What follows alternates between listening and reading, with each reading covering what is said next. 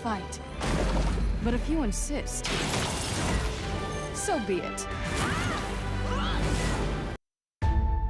No Tomorrow have, I guess they need to play like there is no tomorrow. They are down 2 games in this series, looking to try to tie it up and take us to game number 5. I have the battleground. We'll see if we can pop that up here pretty quick. It was one, I think, that's going to be picked by Gale Force again, and one we might have forgotten about. Their new favorite. The battlefield that is of the Eternities. That's where we're going to be going. I used to call it the Battlefield of Eternity because it legitimately, like, with overemphasis on the eternity it took to, like, actually play the video game. So you called it what it's called? It was just, yeah, It's I guess. Battlefield of Eternity. I had an alternative. I don't remember what it was. I used to call it what it is actually called. I used to call it by its real name, but my hipster status has told me that I need to do that otherwise now. No, it's just Battlefield, I don't remember, something. For Eternity or something? I don't remember, because it just felt like originally this map was so slow, and then quickly people figured out how to play the game, and it didn't last forever. And then MVP Black came along. And then they were like, now it's the shortest map in the game. We have quickly deemed this the 8 minutes battleground. I think they did that versus Tempest too. It might have been L5, but it's still happening in Korea. Yeah, it's just, you know, a bit of how the map works. You can really, really kind of mess up your levels 1 through 9, and if you do that, the Immortals are really strong, I learned, you know, just recently. It's a new thing. Where do we see this draft? Tassadar and Zarya drop in value on Battlefield of Eternity, but we see this draft happening soon. Yeah, we can, you know, we can predict. The minute I was like, everything we knew about drafting with Tassadar and Zarya lowering in value, the game's like, nah, dude. Always first We pick, need to first ban. refresh, and you need to take that line again. Yeah, we're going to have to redo that. No, it does. It is one of the worst maps for both of them. Definitely for Tassadar. It doesn't make him bad, but it's the worst. You know, it turns out when you're the best, one of the best characters in the entire game on almost every single map, your worst is still better than, for instance, a Chromie's best in most cases. Would you say except for Task Tracer, if you get a Tracer? Yeah, outside of Task Tracer, it just falls off. It doesn't have too much of an argument for it. It's just or Illidan. Illidan's another one. One of the few hyper carry enable compositions where you just chase him down and look for the kill that way. But other than that, he just doesn't do much to the map. Wave clear isn't that important. He oracles around a little bit, and it's more about just helping somebody else win the skirmish around the race. Well, let's talk about what we know. We know that Gale Force eSports played versus Teammate on Battlefield of Eternity. It was the first battleground that they faced each other in their best of 5 series. Gale Force was playing Zeratul Falstaff. They had these heroes who could make sure that they were still getting side soak whenever they possibly could. Do we have No Tomorrow playing? It should be. They played Naventic, and they did beat Naventic there, prioritizing having Malfurion Vala. Oh, yes, and then they played the combo-centric Alarak for the defense. Oh, baby. You know, the combo-centric defense with the Alarak. High risk, but they got the reward. First ban here for Gale Force eSports. Was there a Falstad in the studio? I had a feather on my dress. Where did that come from? What the heck? Did we get that on camera? I don't know. Oh, no. I forgot the camera's on me. It was just right here. Oh, that's awesome. No, we don't, in fact, have a Falstad in the office. So I don't even think we have, like, one of the little miniatures of it, honestly. We need one. Gale Force is about 45 seconds deep here and goes with the Li Ming removal. Do we see the ban on the Tassadar still? So No Tomorrow picked this? No Tomorrow, in fact, was the map chooser. That is interesting. Vala. I'm going to switch my brain around for a second. Gale Force first picks Vala. Right? Unless they... Didn't they play Lunara? Oh, they played Falstad and Lunara. But again, you remove the Vala out of the Zarya Vala fear. Right, and... It helps the race a bit with Li Ming banned out. It fills one of those roles. Because usually you have one or the other. Yeah, and that's why I was just like, this is a snap Vala, right? But 30 seconds later, and we're still Vala-less, Gilly. What are we going to do? Oh, no. We're going to figure it out together, Dread. You know, I feel like these are the moments where I feel like this is very straightforward and they take time, and I'm just like, I can't be right. There's about a 0% chance. I don't know what it is, but this is where the crazy stuff happens. When I feel like it's straightforward and we go 60 seconds. Stand ready.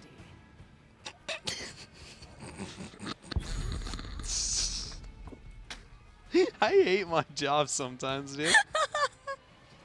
I especially hate my job when I have to hang out with you and you just laugh at me all the time. What did I do? You didn't even hit the cough button to give me the time of day. You just started, that instantly. I can't help it. I know what you're thinking. Yeah. I mean, It cracks me up. it's the empathy you can feel a little bit, and you're just like, I can. my goodness, I've been there, Yeah. Oh. All right, back to reality. The Mouth Zarya was picked up for No Tomorrow, removing, the scary power, but it also, Lunar is really the only one left that would fill that role properly. Gul'dan is not nearly as appealing on this map, meaning that is a almost 100% ban for Gale Force now. Just ridding of the Lunaro, unless they want to pick it up themselves. I think very likely we'll see Lunara, Lucio. There we go. The other L for Gale Force here. In this rotation? Is that what they were showing before on BOE? Am I crazy? Did I misremember? No, but also there wasn't a mouth. I guess there was a mouth ban for Gale Force. If they want to Morales again, maybe they're going to let No Tomorrow ban Lucio.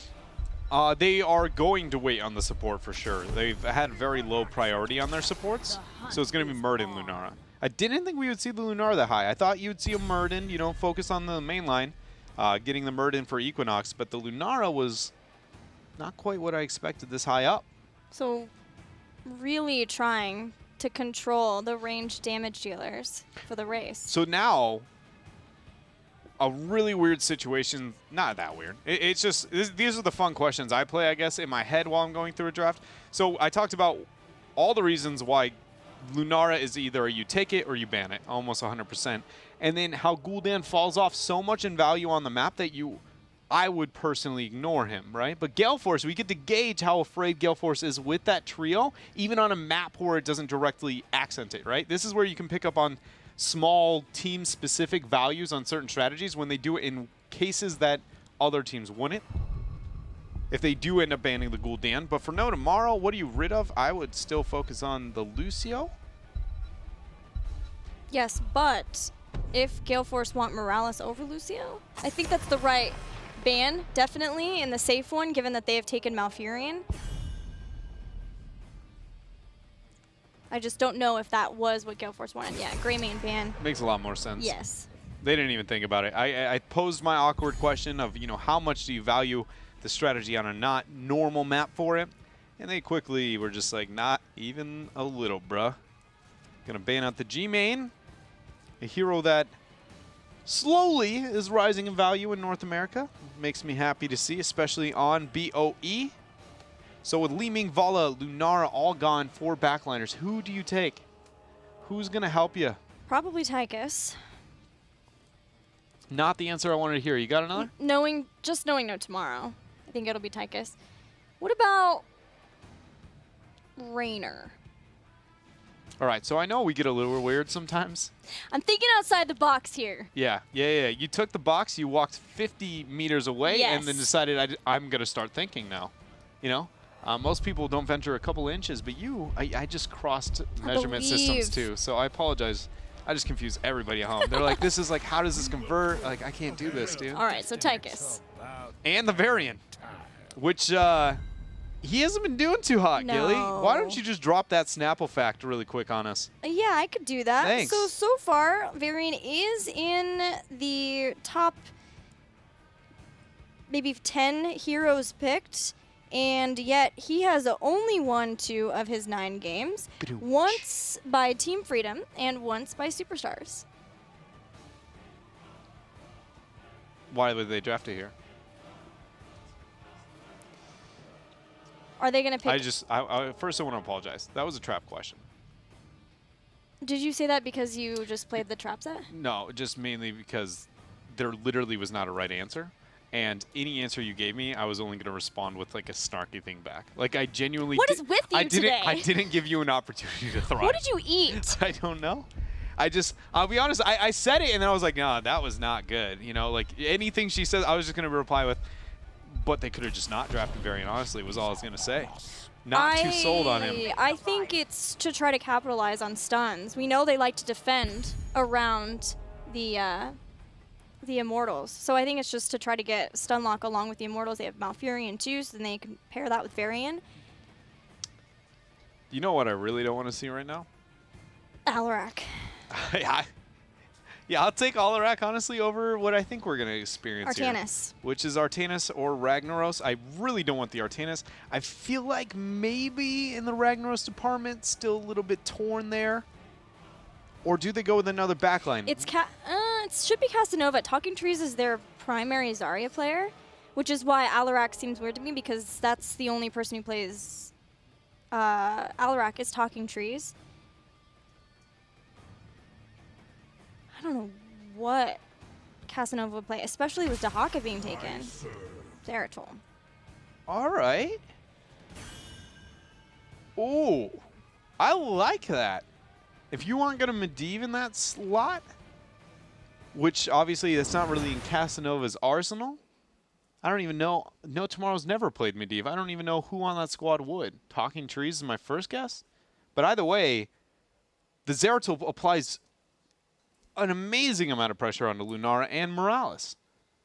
We'll be able to dive onto the back. Even Vala, every single person finally into a Gale Force Morales composition should feel a bit of pressure, especially with with Zarya and Varian there. You know, the later half of the alphabet may be overused in our hero names. I just learned that right now. But Zaryatulian. Zaryatulian. That amazing combo. But it should be enough to apply pressure. Yeah.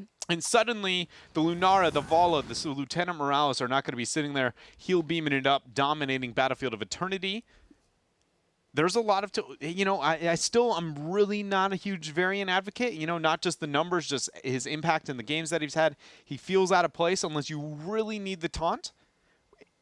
But I think that Zeratul pick might have been enough. I really like this from No Tomorrow. Yeah, they have a lot of possibilities of being able to combo off stuns as long as they make sure that everything is in line to be able to combo off that and make sure that they get the kills off of it, because if Lieutenant Morales isn't the focus, then they need to make sure that they're zoning her away in a way that they can kill the focus target. It'll help them as well be able to match into Dahaka when he's going for side soak. Zeratul can kind of AFK in the lane, be able to match him for a small period of time.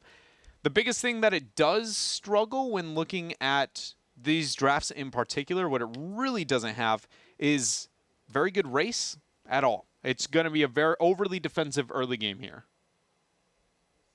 So, I think we had a draft issue where the teams were swapped with comps. Okay. So Gale Force is playing Malf Zarya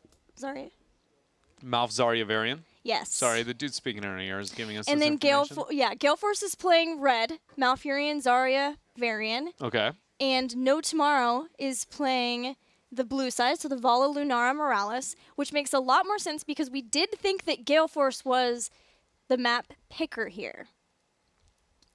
Did I just blow your phone? Yeah, it's just, you know, you can only take so much as so much, Okay, you know? so we saw that we thought Gale Force picked the Battleground. They did pick the Battleground. And they were second pick. So they have Varian, they have Zeratul, they have Malfurion, Zarya, and No Tomorrow has Vala, Lunara, Morales. That makes the the Zeratul pick seems a lot more like a fan move to make. It did. You know? I thought so too. So I was like, okay. The Varian seemed weird. But the Morales for Tiger JK now. Yeah. So. But Casanova as Dahaka, which makes more sense. Airho focus for Muradin. We're getting the old switcheroo. There's so many more talking points now. I feel like we got to revisit the draft, obviously. Nah, let's get into the game. We're trying to get into the game. Yeah, we're trying to get in the game. Okay. So, knowing we've got Lieutenant Morales played by Tiger JK, we're going to see Varian for the first time for Gale Force eSports. We have Zeratul, fan, yes. So that's going to be obviously a super good point that they have their Zeratul. Yeah, I got really scared when you swap the names, and then you think of like how good Gale Force is at applying that kind of pressure that's going to be needed in this type of composition, especially with Fan on a Zeratul. It gets a lot more scary. You know, I think I complimented the draft. I truly like the draft. It's still torn on the variant no matter who ended up picking it, but it just knowing how good the team is and the difficulty of forcing that aggression for maybe no tomorrow if it was in their hands suddenly makes me even more sold for this draft now, which is Gale Force draft. Yes. I'm learning. We're figuring it out. Sorry, guys, for that issue, but we will be getting back into the game soon. We have players about to be ready in the lobby as we speak, or even in the game, so we're about to get to that. We're ready for game number 4. That's what we'll be going into. It's going to be on Battlefield of Eternity. Gale Force eSports sits 2-1 up, so if they can win this game, they will take the series. Any other last-minute thoughts before we head in the game? I mean, if you're just tuning in, somehow no tomorrow, really just, you know, the upset of the century in game number 1, as I put it, and was so conveniently mocked. And it's so, no tomorrow's playing out of their minds right now. They're new and improved and going up against Gale Force. It hasn't looked good in the last 2, but maybe now is where that is going to change. I'd like to see that. I'd love to see a game number 5. So let's get into game 4 between Gale Force eSports and No Tomorrow on Battlefield of Eternity. Ooh. I'm even honestly tripping out a little bit in the fact that they're on the left-hand side of the map. You know, I know according to our rule book that this all makes a lot of sense, but I'm just always so used to the draft I see on the left is on the left-hand side. It was the ultimate switcheroon. We got a Moonburn on level 1. You remember how we've had this awesome cycle? It's like maps. Malfurion level 1 talents are like maps in North America. We just we cycle out slowly but surely what we think is the best with time. Just kind of like, you know, I feel like this game, and eventually everybody agrees, and we play that for about a month. Oh, that grenade. Ooh. The grenade of doom? Yes.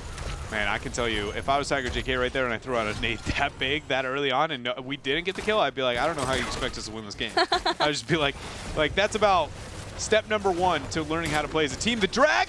Ooh, no. The grenade again, though. Puts a lot more damage on Michael Udall. Now Casanova's going to brush talk down to join Fan in the bottom lane. Scouting drone for Lieutenant Morales at level 1 will help spot out Zeratul, but does leave no trauma trigger to help make sure that Lieutenant Morales can have that if Fan jumps on top of her. I mean, I'm going to say it's pretty inevitable at this point. You know, that Morales is the main focus target. Once you hit 7, just, you know, look to get as much damage as you possibly can. Fan is kind of waiting by the side, looking for somebody to overextend. Decides he won't get that, just goes in, trades up, trying to be like, hey, get off of my front wall. But No Tomorrow, excuse me, will continue the siege, and there's nothing Gale Force really can do with it with their composition. Yeah, both teams are trying to weather the storm until the first Immortals spawn in 15 seconds. At that point, we already have Hungering Arrow build started with level 1 Monster Hunter for Vala, a staple for Battlefield of Eternity. There's going to be an early rotation for No Tomorrow that they are going to have onto the Immortal. Zeratul sniffs it out, so we'll see how much free damage they end up getting. Only going to be about 3,000. No Tomorrow are content to defend. It puts them in a closer location to Casanova, who is still soaking in the bottom lane. You may see him brush talk up.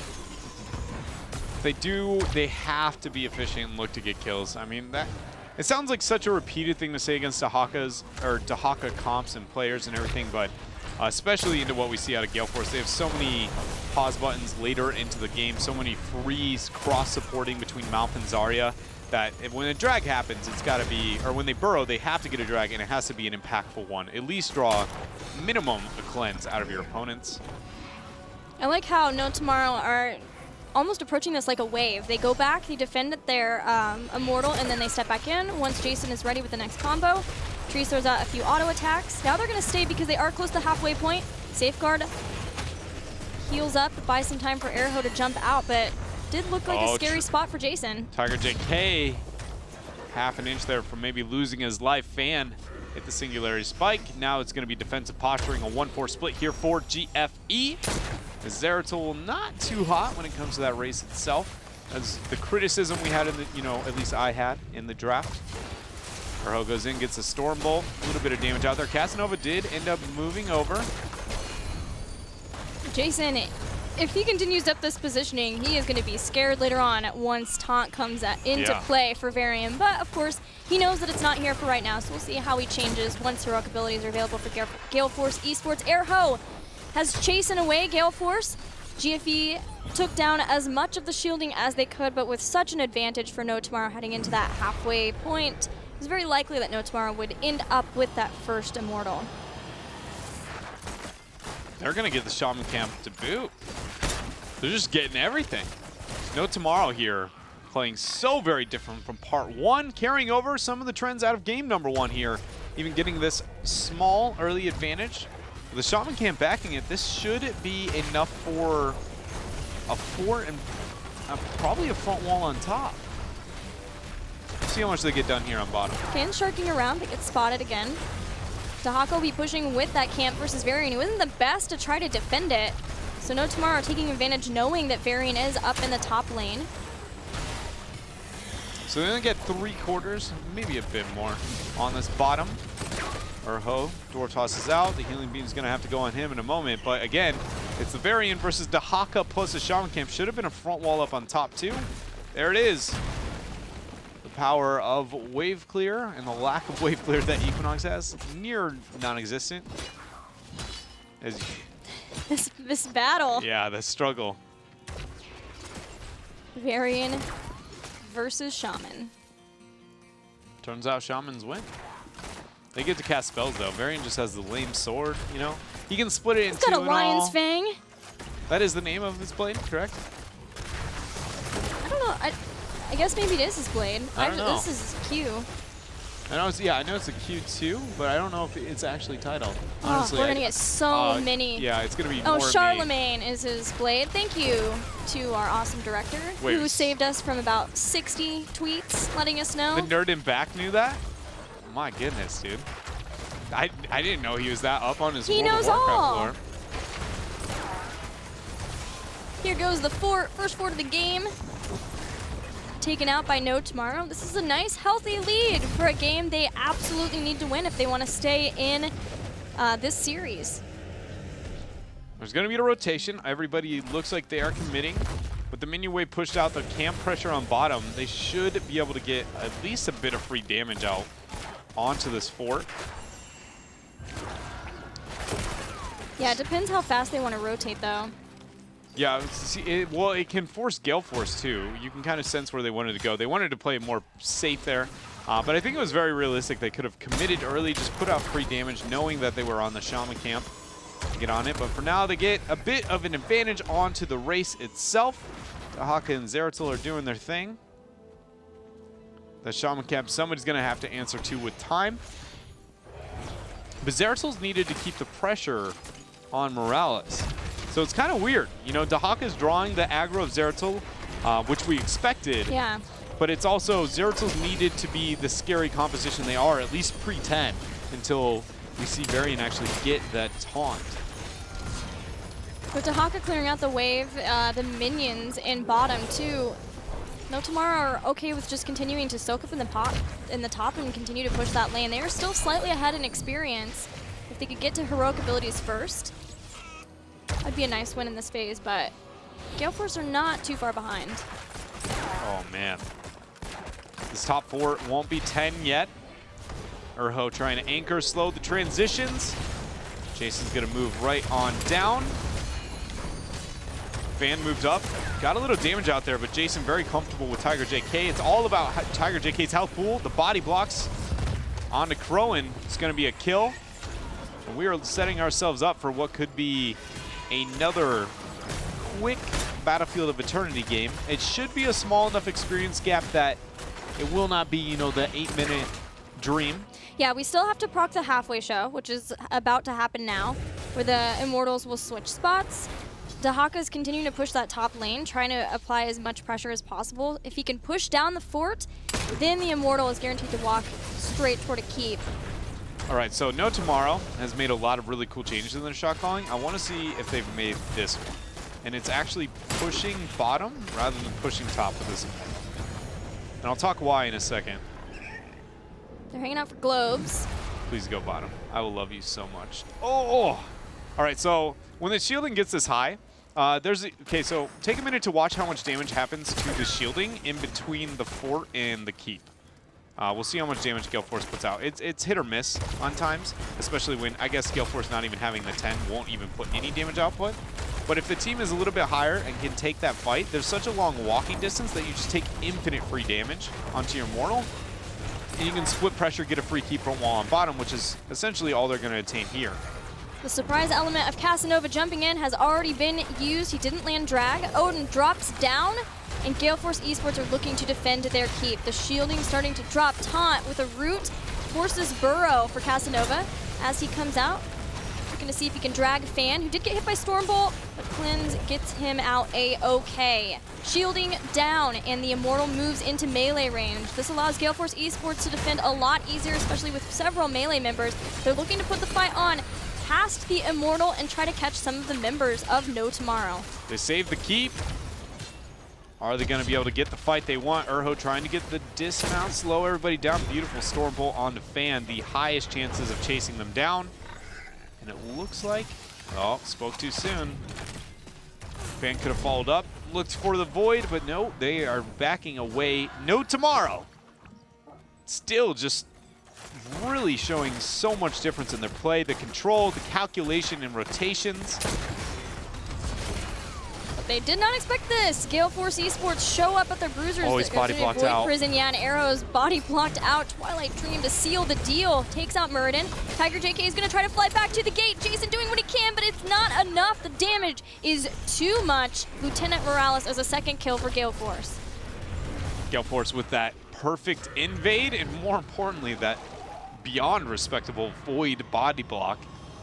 I don't know if that was Fan or if that was Varian, but either way, it was exactly what was needed here for Gale Force eSports to try and catch up. They're still behind when it comes to structures, but experience-wise, they are making up for it, which is always the most important metric here at Competitive Heroes. There goes the taunt. Trees, the strafed appeal. He will be able to make it out. Urho looking to join in, but with Octaface here, I'm not going to gain them anything. All the members of No Tomorrow back up, looking for 13 for the next Immortal phase in 30 seconds. Going to get what mercenaries each team can for the beginning of that phase 2. The Shaman camp, obviously. Stronger. Yeah, it's actually bonkers compared to every other camp in the game, what that thing gets done. Other than Giants, but Giants work slower and in a different way. They don't actually drain the ammo, they just do the damage, which makes them easier to deal with. It's how they drain that these, the Doges spawned by the Shaman camp are really scary. Oh, Tortoise on top of the stun! They've had to use everything now on him. He has Avatar down, he's been helped out once again. This looked like the same thing as before, but this time Arrow gets into the Void Prison safely. There's going to be an Odin used, so full defense here for Gale Force. Can they kick off the halftime? Casanova falling pretty low. There goes the taunt onto Urho. Healing Beam is going to be used. Trees retreats. Just going to bounce right out there with that movement speed. Halfway point is not started, but Zeratul is going to go back to deal with the mercenary camp that's starting to get close to their weakened keep. Similarly, Dahaka has to defend the Shamans in the bottom lane. There's the halftime in the Shaman, or the camp on top should be close to dead.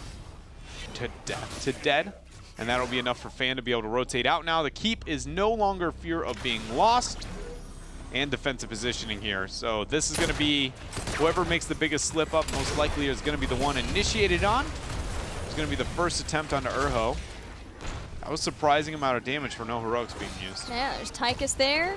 As the bigger they are, you can start chunking through that health bar, especially when there is no avatar for 19 more seconds for Urho.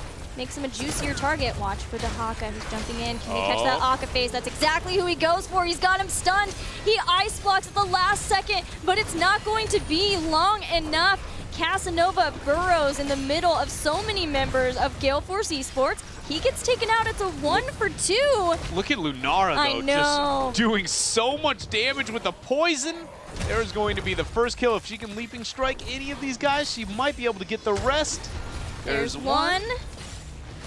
And that was awkwardly synergistic for not having a follow-up, I'll be honest. You know, that was just great play, though, coming out from No Tomorrow. They're going to be able to win this race, have a healthy, you know, it ate its Wheaties this morning version of the Immortal. And they're going to be able to make a lot happen. So, shot calling number 2. What do you do in this case? Do you push with the Immortal? You split push. You take the free keep, you dingus. You always take the free keep. Anytime you hear the words, I can get a free keep, in fact, that is your most optimal shot calling. Can you get a free Zeratul, though? I mean, it helps, especially because he's Zoom. And he had Void Prison. So now they can win the game, possibly. So what you do is all in this keep as fast as possible, and the minute that Gale Force eSports goes, hey, boys, we're sitting on top of your Mortal, you go, well, we're on your core. Man, this makes me so sad. Why No Tomorrow? Why? I get that frustration. That keep is already halfway low. It's so free. But if there's more kills, maybe they can just buy, well, you could do like, the same, sidestep. Yeah. You can do the same thing. And you're guaranteed to keep that way. You're guaranteed to keep versus a not guaranteed to keep. You get the same fights, same advantages, everything. The only difference is your Immortal will lose its shielding faster. That is it. Tree's breaking down the sidewall, so they have lots of room to work with. Fan is back up, which makes Void Prison an insta concern. If No Tomorrow can get some kills and keep their eyes on him too. They have natural perspective, which is why Trees is doing such a good job keeping the poison on Fan at all times, because he is spotted every time the poison drops. It's so frustrating for him. Yeah, and he's not able to stealth out, get the threat that he needs. That's going to be the first keep here. No Tomorrow still sticking around, looking for any mistakes on Gale Force to be punished, none to be made. They're going to look for the treat. So with 16 talent here, are they still going to look to Force on top? They're going to take a Shaman. It'll buy a little bit more time, Force to clear out of GFE. But do they go top and try and Force there? Find out. Starting to move their way up to the top lane. Man, then why get the camp? No Tomorrow. It's like they oh, Fan? Okay. They just a couple of seconds behind, and you know, well, who was it? Freedom that we saw do that yesterday too? Yeah. But the camp was so juicy. It was just hanging out there. Now they don't have to deal with the bruisers against them. It's just more of like a keep, you know? Yep. That's all I gotta say. But the keep. You know, I can respect the thought process that we don't have a big enough 16 spike, and sieging into Zeratul is terrifying, so why should we risk this ever? That is totally fair. But if you're going to rotate top for more than just let's kill the minion wave, then you are in fact either overextended or you're just failing to Force effectively with the 16. Waiting until the last moment. An arrow this time on guard. Back and forth, making sure there's no invade. Respect this micro. How close can he dangle it there? We're sitting about the 75 to 60 range. Jason, I expect more out of you. Oh, Come on. We dropped it. Oh, now Tiger needs to take the throne there. Full completion instantly. I'm going to say that was...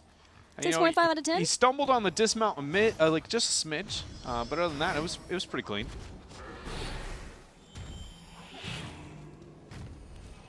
This is 4 members of No Tomorrow playing defensive. Casanova is trying to aid the catapults up to force Fan into a bad spot at all times. Yeah, their way of forcing Fan back and then Trees keeping an eye on Fan in fights has been brilliant. Fan is a formidable Zeratul player. And he has not had the easiest game. No, he's just the whole time going, if I could join the team, oh man. Gale Force has to follow up on roots like that. That was an out-of-position, isolated Lunara at max range hit. If I'm a support right there and I hit that, I go, again, what do you want from me? Like, I gave you all the kills you could have ever hoped for. Are you not entertained? Exactly. You know, throw your stupid heals and staff and throw it at the guy in charge and just be like, what's up, man? I am doing my best here. All right, that was a stun that threw back some of Gale Force eSports. Void Prison has hit 2 in the back. Jason, the one who might be in trouble, gets taken out as he goes into strafe. Expulsion zone underneath. A 1-for-1 on the damage dealers, but Tiger JK being chased down by Fan. Leaping Strike is going to take Fan out, but at what cost? The taunt there onto Lunara ended up getting the kill here, so a man down is going to be no tomorrow. Can they get Mike Udall? There's the shield. Energy is only climbing. Urho casually healing up along with Casanova. So much self-sustain between these two warriors. Keep in mind, we do have catapults building on bottom too, so no tomorrow. If they can buy time, that is a good position for them to be in. So much pressure onto the map, and that is what they're going to try and do. Just slow down everything happening here. No tomorrow. Didn't get the Storm Bolt from Urho. They could zone him off. That's what they needed. Gale Force now is going to show to pull back, kick off the halftime show, buy the 15 seconds needed for Lunara, and we are back to reset of a full 5 versus 5 here over the Immortal. Minion wave cleared in top. Immortal heads into the halfway point. Saving medevac. I respect saving medevac. Not trying to medevac everyone in instantly. Wanting to make sure they have that in case Tiger JK needs it to get away. Yeah, it's gonna, I agree with you. It's just, you know, it's a small thing, but really gonna help out the team here. They're looking for Fan, and Fan's looking for Jason. Scouting drone spots him out. Expulsion Zone Void is what they've been using. It's like you can't enter the Void unless you were a part of the initial Void, and that's why Jason actually died. He tried to vault into it. Yeah. Taunt goes on to Urho. That was a Twilight Dream from Akaface. They didn't even hit anyone. And suddenly, No Tomorrow realized they're going to try and turn this. Mike Udall getting pinned down. There's a 3-man Void. 3-man Void on the damage dealers, but the people out are the tanky warriors. There's going to be Equinox trying to get into the back line on those members. Taunt hits Jason. He vaults through, but it's too late. He's brought down. Akaface has got a bit of pressure coming out from trees. Forced to move up because of that stun. Mike Udall falls low. He ends up going down here, so 1-for-1 so far. There goes a taunt. No taunt up yet. Just off cooldown now. So this is a 4-for-4 in total. Catapult pressure's building up. And Dahaka coming back with full health bar now too, and Equinox being body blocked by Airho is another kill for No Tomorrow. They've turned this into a 2-for-1. And it looks like they are going to be able to back out, get some free damage here. This Immortal should go down with almost no response. The question is, can really Fan even get a pick onto Tiger JK? He's pretty Oh man, this is the only chance I think he's going to be able to get this kill. He's just too low. Oh, and he backs out. Catapults there on bottom. Man advantage for No Tomorrow. For a few more seconds. 20 more seconds for Varian. Speaking about 20, I mean, they're sitting mighty close with a global advantage over Gale Force to just saying, we don't even care about the Immortal anymore. The fact that Gale Force isn't panic forcing is a pretty big deal. Both just trying to get their bruisers, but Dahaka has been constantly applying pressure in this top lane where the Immortal will go, as well as getting the soak to get No Tomorrow to that 20 point. Gale Force eSports, it feels like, is out of options if they can't make something happen right now. A top wave on top shouldn't be enough. They're going to try and force. There is a taunt onto Urho. 20 has been achieved. No Tomorrow now suddenly are the aggressors. Stormbolt was dodged by Fan. He goes in for the damage onto trees, gets the teleport out. He's going to be healed up here by Tiger. Top keep is going to end up falling here. Another structure loss for Gale Force eSports. Jason thought about heading straight down, but that would have been a scary position for him to be in. This poison damage is starting to be difficult for Gale Force eSports to keep up with. They have to step back and allow Akaface to put those heals over time on. They're going to take the fight on the core. And the Shaman camp, which was taken during the downtime, took out the rest of the keep. So this is it. with Void and Odin, it's possible. But the Odin shows that they have to fight away from the core. They move up, taunt goes out, cleanse is used. Casanova's healing up. There's going to be a Void onto 4. No Tomorrow casually walks away. But again, the people outside the Void were the 2 warriors. Airho and Casanova collapse. Crone was the one in trouble. Oh. Talking Trees chasing down Fan. Goes back to the team. Equinox maybe the next target. Jason, Casanova catching him. Drag pulls him in. He's getting poisoned and brought down. Akafi's doing what he can. Twilight Dream. So many of No Tomorrow. But oh man, that damage output, it's just too little too late here though, because the Immortal is already on to the core, knocking it down to 50, 40, 30, and that is going to be a tied series. We are going to game number 5 with Gale Force eSports, the 2nd seed here in North America, and then No Tomorrow tied for last place.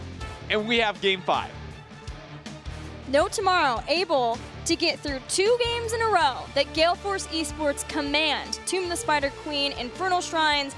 Gale Force eSports says, no, we're going to Battlefield of Eternity where we feel confident. No Tomorrow says, not today. No, baby. No. They're not going to have any of that. It is just awesome. I'm so ready. I don't even want to go to break. I know. Let's just go to the next game. I want the draft. Ooh, you know. All right, so we have 2 maps left. Sky's one. We only have 2 maps left, right? Sky Cursed. Sky and Cursed are the only. Warhead. And Warhead. No. Not like this. No, there's no way we go to Warhead. I don't think so. Ooh, I feel like No Tomorrow is a 50-50, or No Tomorrow on Cursed Hollow against Gale Force is a 50-50. I feel like Sky, I lean a bit more towards Gale Force, but I can really see Gale Force under a lot of pressure against a team that I guarantee they'd have this much respect for.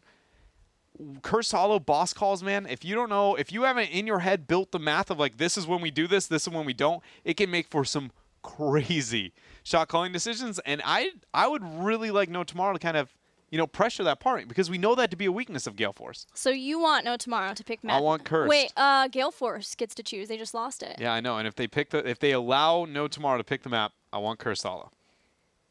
Okay. Let's go to the break so that we can get back for game number 5. Don't go anywhere.